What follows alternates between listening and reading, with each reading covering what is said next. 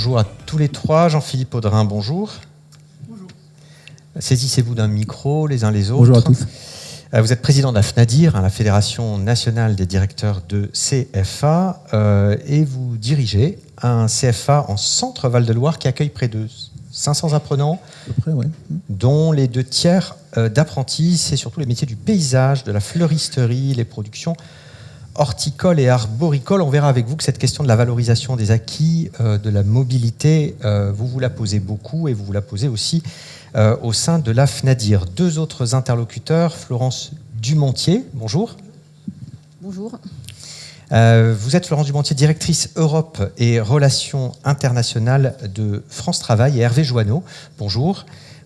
Bonjour. Vous êtes directeur du développement des compétences dans les territoires. Alors, on va voir avec vous un certain nombre d'éléments qui peuvent permettre de bien identifier certaines compétences et peut-être derrière de les formaliser, voire de les valoriser. Cette question-là, finalement, elle touche pas mal de compétences interculturelles, linguistiques, des compétences métiers, des compétences aussi transverses ou des compétences dites soft skills. S'agissant de compétences techniques, tout d'abord, Jean-Philippe Audrin, qu'est-ce qui peut être envisagé pour formaliser ces compétences, y compris lorsqu'il s'agit, c'est la plupart des cas, c'est le cas majoritaire, de mobilité courte de quelques semaines?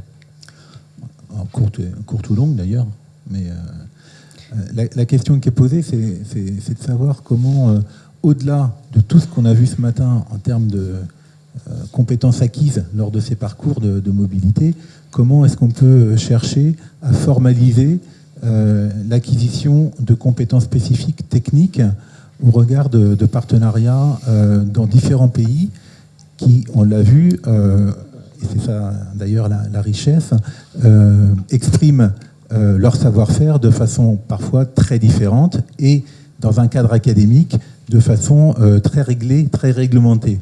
Donc la question qu'on se pose nous au niveau de la FNADIR, c'est de savoir comment est-ce qu'on peut, sur ce sujet de la compétence technique, et encore une fois, c'est un petit prisme de l'ensemble des compétences qu'on cherche à développer dans la mobilité, comment est-ce qu'on peut essayer de formuler une proposition, peut-être autour de blocs de compétences, peut-être autour de micro-certifications, pour faire en sorte qu'on puisse, de façon fluide, partager avec nos partenaires sur des compétences clés sur lesquelles on peut valoriser ultérieurement en termes de portfolio, etc.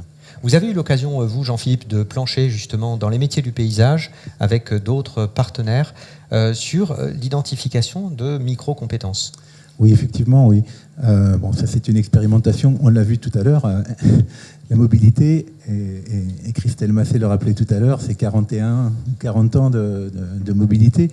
Moi, c'était une expérience qui date d'une dizaine d'années déjà. On avait travaillé avec 5 pays, la Bulgarie, l'Espagne, la Belgique, l'Irlande, la France, j'ai fait le tour, sur un métier clé qui était les métiers du paysage, sur un niveau 4. On avait bien identifié ça. Et on s'était dit comment est-ce qu'on essaye de construire sur une mobilité croisée des blocs de compétences qu'on identifie clairement et que l'on peut, du fait de cette identification, partager et faire valoir lors de mobilité croisée. Et bon, c'était expérimental. On l'a déployé pour un certain nombre de compétences ensuite. On voit que la complexité quand même de cette approche-là, elle est sur le nombre important d'acteurs potentiels dans notre communauté internationale et cette difficulté qu'on peut avoir à régler ces questions-là. Mais on peut essayer. Alors ça peut être un peu plus simple quand la mobilité est plus longue. On a un participant d'un CFA de Limoges qui nous dit: nous proposons lors de la mobilité des bachelors une certification du pays d'accueil, à savoir l'Espagne. Et on va voir un autre exemple en vidéo avec le groupe ESPI, l'École supérieure des professions immobilières. Le groupe forme plus de 3000 alternants avec 7 campus en France, 1 au Canada, à Montréal, et des collaborations étroites qui ont été faites avec des partenaires universitaires, académiques à l'étranger. Et c'est Cyril Garot, le responsable des relations internationales du groupe ESPI, qui ne pouvait pas être présent, mais qui avec lequel j'ai pu échanger il y a quelques jours et je vous propose d'écouter son témoignage enregistré.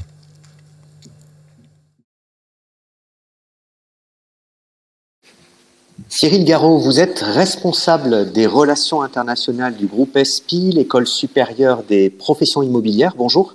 Bonjour. Depuis 5 ans, le groupe ESPI met en place des mobilités longues et depuis l'an dernier, des mobilités courtes pour les apprenants en première année de master professionnel, à la fois vers l'Europe mais aussi vers le Québec. Effectivement, nous développons fortement les mobilités courtes pour nos apprenants de première année de master professionnel. Sur presque 800 alternants, près de 300 bénéficient cette année d'une semaine de mobilité courte. Parmi eux, 120 partent en Europe, donc dans des universités avec qui nous avons un partenariat académique, par exemple en Belgique, en Autriche, en Allemagne ou en Suède. Et pour les 170 autres, ils partent à Montréal, au Québec, sur notre tout nouveau campus qui a ouvert en septembre dernier. Quelles sont les activités au programme durant ces semaines en mobilité et quels sont les atouts à la fois pour les alternants et pour les entreprises ? Alors, pendant la semaine, les alternants participent à des cours ou des conférences sur le marché immobilier local. Ils visitent des entreprises et font également des visites urbaines. L'important, c'est aussi l'apprentissage et la collaboration. Donc, on les fait travailler ensemble sur un projet en groupe avec les étudiants de l'université d'accueil. Et concernant les atouts, alors pour les alternants, ils sont clairs avec tout d'abord la pratique de l'anglais qui est incontournable aujourd'hui dans leur futur métier. Mais travailler dans un milieu international et interculturel leur permet aussi de se rendre compte que les méthodes de travail sont différentes de celles qu'ils connaissent en France et ça leur permet aussi de renforcer leurs soft skills. Ensuite, pour l'entreprise, l'alternant revient avec des nouvelles compétences et connaissances en immobilier, mais aussi sur lui-même et il pourra les appliquer ensuite en entreprise. Après la mobilité, l'alternant a souvent une plus grande ouverture d'esprit et une meilleure connaissance des métiers de l'immobilier à l'étranger. Quelle démarche avez-vous mise en place pour formaliser les compétences acquises et aussi pour les valoriser ? Oui, donc à la fin de la semaine de mobilité, les apprenants ont un travail à rendre. Alors en fonction de la destination ou du programme de la semaine, le contenu peut différer, mais dans la majorité des cas, ils doivent présenter leur projet en anglais devant les enseignants de l'ESPI et ceux de l'université d'accueil. Cela peut porter par exemple sur une étude comparée du marché immobilier en France et dans le pays d'accueil. Alors ce travail, du coup, il donne lieu à une note qui est intégrée à l'une des matières de leur semestre que l'on appelle ESPI Insight et dont le but est de valoriser les compétences cognitives, opérationnelles et transverses via la participation à des activités internationales, associatives, de recherche ou de promotion. Donc on retrouve cette compétence internationale sur leur relevé de notes. Vous organisez aussi des mobilités longues d'un semestre pour des alternants bachelor, master professionnel, avec la possibilité de valider une moitié d'année à l'étranger avec les crédits ECTS.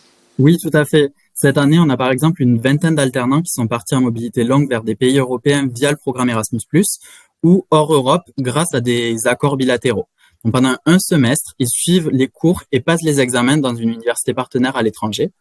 Nous travaillons ensemble sur le référentiel et l'identification des cours qu'ils peuvent suivre pendant leur semestre. Et suivant le cycle d'études, ils peuvent choisir des cours en immobilier ou en business management, par exemple.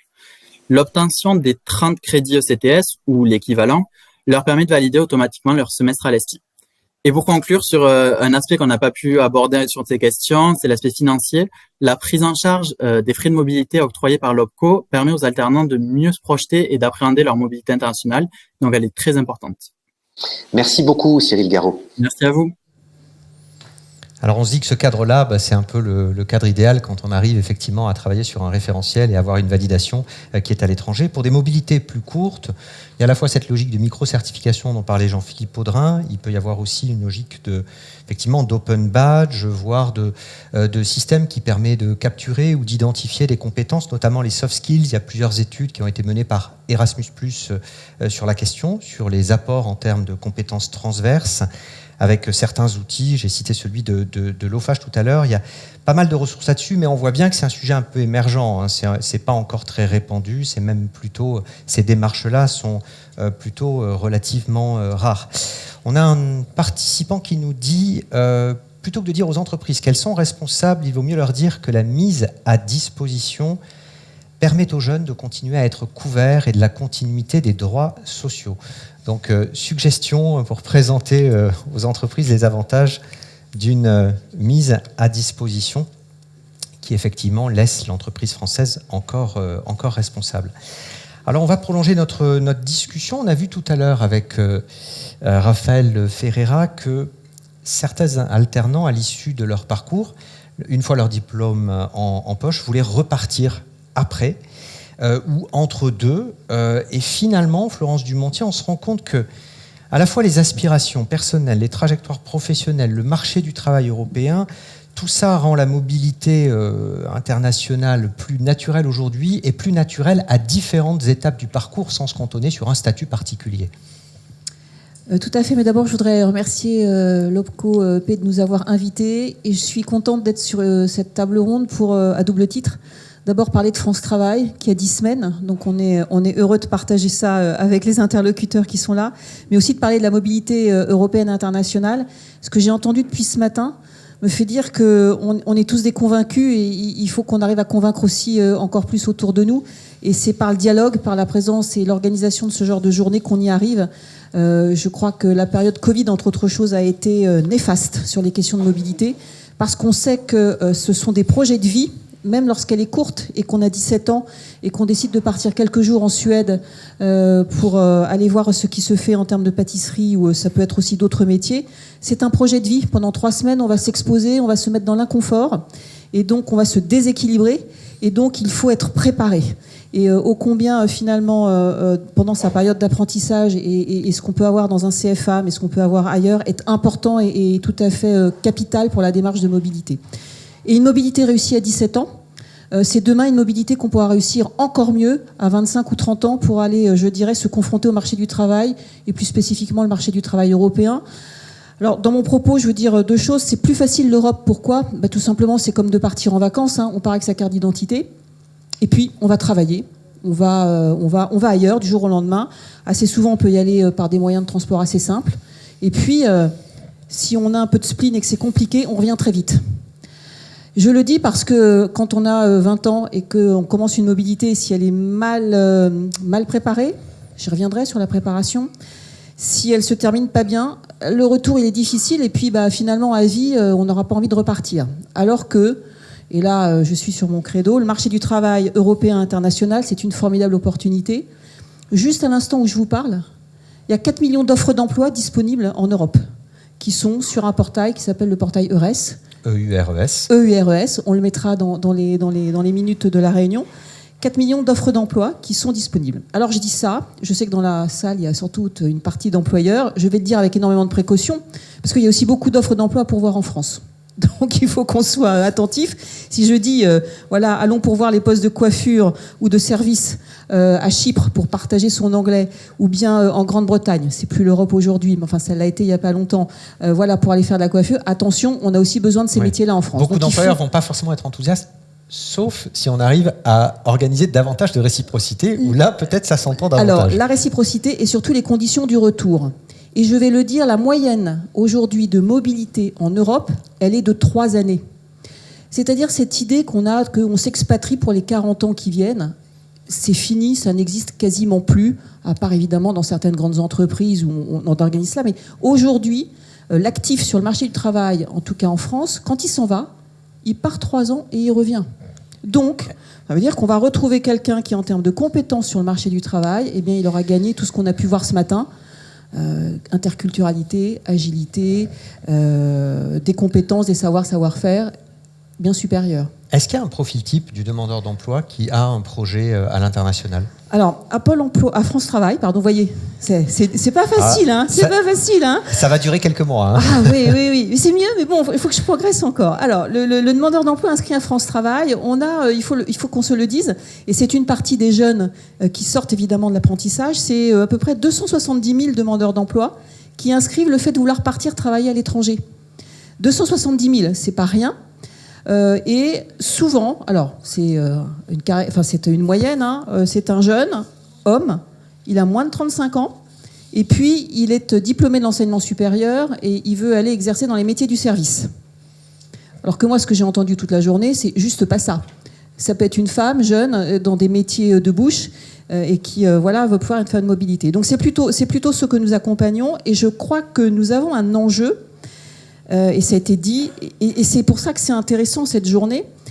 Et je voudrais aussi le relier aux politiques européennes.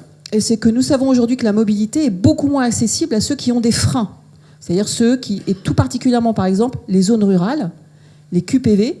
Et si vous êtes une jeune femme en zone rurale, l'accès à la mobilité, ça devient carrément un chemin de croix. Donc, tout ce qu'on fait, voilà, et ce que font les CFA, etc., ça ne peut être que bénéfique à la mobilité et demain à des actifs agiles. J'ai une question pour vous. Une participante qui dit « Quand j'envoie des ex-apprentis en post-apprentissage en rendez-vous avec leur conseiller France Travail, certains d'entre eux ne connaissent pas le dispositif du post-apprentissage, c'est-à-dire ce qu'on a décrit tout à l'heure. Et ça, c'est un enjeu important pour vous. Vous avez mis en place des conseillers spécifiques EURES, en fait, la plateforme que vous avez citée tout à l'heure, pour professionnaliser. Où est-ce que vous en êtes justement de l'acculturation du réseau France Travail à ces différents dispositifs? Alors en effet, nous avons dans le cadre de RES 120 conseillers qui sont positionnés alors plutôt dans les équipes mobilité internationale. Nous avons à France Travail 7 équipes mobilité internationale. Et ce que l'on peut dire, c'est que si un jeune a un projet à l'international, il le dit à son conseiller et il va être immédiatement orienté vers le conseiller spécialisé. Et nous développons aujourd'hui une prestation qui dure 3 mois et qui permet en quelque sorte de dérisquer le projet. Parce que j'insiste beaucoup sur le fait qu'il faut vraiment partir, parce que là on ne part pas d'une mobilité de 8 jours. Quand on parle du marché du travail, ça va être pour occuper un emploi. Donc il faut que ça soit à tout prix robuste. Et donc le conseiller mobilité internationale de France Travail, c'est son métier. Il va travailler avec la personne en individuel pendant 3 mois pour justement rendre robuste le projet et le faire partir. Ça s'appelle comment ce dispositif? Ça s'appelle Active International et c'est aujourd'hui disponible dans tout France Travail. Alors c'est vrai que les jeunes apprentis, vous l'avez dit tout à l'heure et sur la table ronde précédente, ceux qui sortent d'apprentissage, ils sont souvent assez intéressés pour faire Erasmus. Donc effectivement, ils s'inscrivent et on va les orienter. C'est vrai aussi que sur Erasmus, France Travail est un opérateur. Nous ne sommes pas le premier. On a à peu près 600 bourses de mobilité dites longues. Donc c'est à peu près 6 mois et moins. Un peu moins de 6 mois, mais aux alentours des 6 mois. Donc on est sur des mobilités longues. Donc on est sur quelque chose qui permet d'ancrer, qui est déjà sur un projet travaillé. On n'est pas dans la découverte, on est sur une langue étrangère qu'on va vouloir conforter, on est sur des savoirs techniques qu'on va vouloir confronter. On va revenir avec, je dirais, des compétences déjà installées qui seront valables sur le marché du travail français. Hervé Joanneau, vous proposez aussi d'autres types d'accompagnement. Alors là, c'est un peu plus sur l'amont, mais notamment des formations de langue avec des financements multiples. Pôle emploi, CPF, voire conseils régionaux. Oui, alors donc France Travail, vous avez dit Pôle emploi, donc ça sera 2 € comme pour tout le monde. Ça sera plus grave si vous, dans quelques mois, je vais essayer pas obligé, je vais essayer on va essayer de s'astreindre. Pôle emploi. Non, peut-être commencer mon propos par dire que à France Travail, on pense que le chômage est une vraie période d'investissement pour le demandeur d'emploi et pas une période simplement, j'allais dire, où on ne va rien faire. Donc cette période d'investissement, elle doit être mise à profit. Et quand je parle de mise à profit, c'est que bien sûr il y a l'accompagnement des conseillers France Travail ou des autres réseaux, mais on peut aussi développer ses compétences. Et quand on parle de développement de compétences, je vais faire une focale notamment sur les formations en anglais, parce que tout à l'heure on l'a dit, on n'est pas une nation où on parle très bien en anglais. Il faut vous dire qu'aujourd'hui, il y a à peu près 40 000 demandeurs d'emploi par an qui se forment à de l'anglais qu'on va appeler anglais professionnel. C'est-à-dire que c'est de l'anglais contextualisé par rapport au projet professionnel. Sur ces 40 000, on a à peu près 26-27 000 de ces demandeurs d'emploi qui utilisent directement leur CPF. Alors je le dis puisqu'il y a beaucoup de choses sur le reste à charge. Les demandeurs d'emploi n'ont pas de reste à charge sur leur CPF, donc ils l'utilisent. Mais au moins, c'est vraiment une période d'investissement et c'est une période pour, j'allais dire, prévoir leur avenir. Et s'ils souhaitent repartir en mobilité parce qu'ils ne sont pas forcément à l'aise avec la langue, ça peut être une véritable période d'investissement. Les autres financeurs, vous l'avez dit, ce sont parfois les conseils régionaux. Et puis également, France Travail va financer des formations soit individuelles, soit collectives. On a notamment un marché de formation 100% à distance qui finance entre 2500 et 3000 entrées en formation par an. Quand je parle de formation à distance, ce n'est pas des formations e-learning. Vous avez quelqu'un derrière qui va interagir avec vous et qui va vous aider justement à parler l'anglais tel que vous le souhaitez dans votre projet professionnel. Et ça, c'est quand même important. Et là, j'ai parlé que de l'anglais. Il y en a pour d'autres langues, mais il y en a quand même nettement moins, je dirais, que l'anglais. Question courte, réponse courte. Est-ce qu'un jeune suivi par une mission locale peut être accompagné par France Travail ?